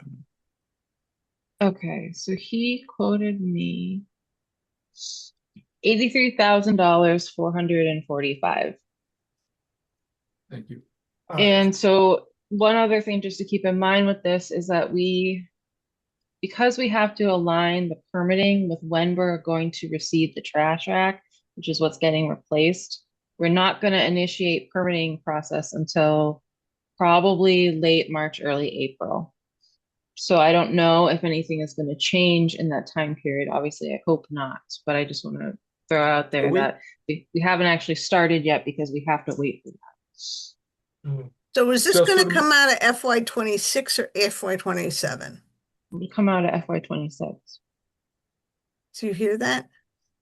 So Well, how is that possible though? Right? I mean, we're going to need, yeah. I mean, if we're going to have a warrant article at town meeting, I guess it doesn't, yeah. I mean, Well, so the select board did declare a state of emergency, so we are allowed to deficit spend. So I- what town meeting could correct is just where the funding source is coming from. got it. Okay. and so So basically reimbursing after we spent. Yeah. Yes. Comes out of the general fund, and then after the town meeting, or July 1st, whenever Right. the funds We are can available. transfer, yeah. I think my inclination is to recommend using the capital stabilization funds, I think, Yeah. or stabilization funds for this. In which case it could be an article Mhm. on this town meeting Mhm. to do that, right? For FY26. It can be, Yeah. and there's really no difference if we're recommending between stabilization and capital stabilization, right? Those both have the same threshold, the 2/3. Yeah. No, Okay. one of them, there was a law change. One of them is 50%, is a majority, and the other one is 2/3. And Donna told us what it was last year at town meeting, and my brain ain't so good. Okay. Yeah, I'll see I, if I it's mean, on to the me, it makes sense that the warrant. stabilization would be 50%, but and not Yeah. 2/3, but I don't know that for sure. Well, I I'm don't getting know. old, like I say. Yeah. The capital stabilization has a higher balance, so maybe for now we can just Yeah, I think that we pull it get from the that. money from the voters. They don't want it on their tax bill. Yeah. Again, this is putting us below the 5% guideline, but I think as George mentioned earlier, Yeah, there's no, these are unusual times. There's no great options here. Yeah. right. Okay. All right. Anything else before we wrap up? We can do minutes next meeting. No, yeah, good four-town meeting the other day. Nothing new or Yeah. different, right? Yeah. I will say I was impressed by, you hear $1 million, $1 million worth of cuts required, and then, it seemed to me like a lot of work went into figuring out how those cuts could be applied in a way that was going to have minimum impact on student experience. And I felt like very I felt very good about the explanation of how they were going to get to that. Mhm. And I think they followed the requests that have the specific details so people knew what the effects would be. And even though in the past they said they don't like to do that because it scares the workers to Mhm. hear some of the numbers on the block, they had it much more pinpointed. So I guess when it was in front of the regional school committee, it didn't sound like there was a parent pushback either. So I feel like that helps to not have it blow up. Yeah. And I think this all contributes to a better budget process this year than was in place last year when, we left a four towns meeting thinking we had a budget, and then, it ended up being a completely different one that the region ended up passing. It doesn't seem like there's no indication that anything like that is going to happen this year. So Yeah. seems like they've improved the process. I also like that they had 570,000 of non-recurring revenue in there. And so we look at it $1.1 million, but it's not really $1.1 million in cuts. Right. They are Right. funding things that they're not sure they'll be able to fund next year. This is where we got to keep pressuring the state to try and bring in those funds. Yeah. I look back at last year's warrant and there was an item that was transferring from capital stabilization and it required a 2/3 vote. Okay. There you go. All right. So that must mean the stabilization is the 50%. Okay. All right. Anything else before we wrap up? Let's go have a beer. All right. Thanks for sticking around late, everybody. See you I'm going next to make week. a motion. Okay. I'll make a motion to adjourn the I'll second FinCom. that. Second, yeah. So George? George Fight, Arvanitis, aye. Cashew, aye. Mosier, aye. Moss eye. Stein eye. Walt and I, Good night. Thanks, Have a good everybody. have a good one Enjoy all. that beer. All right.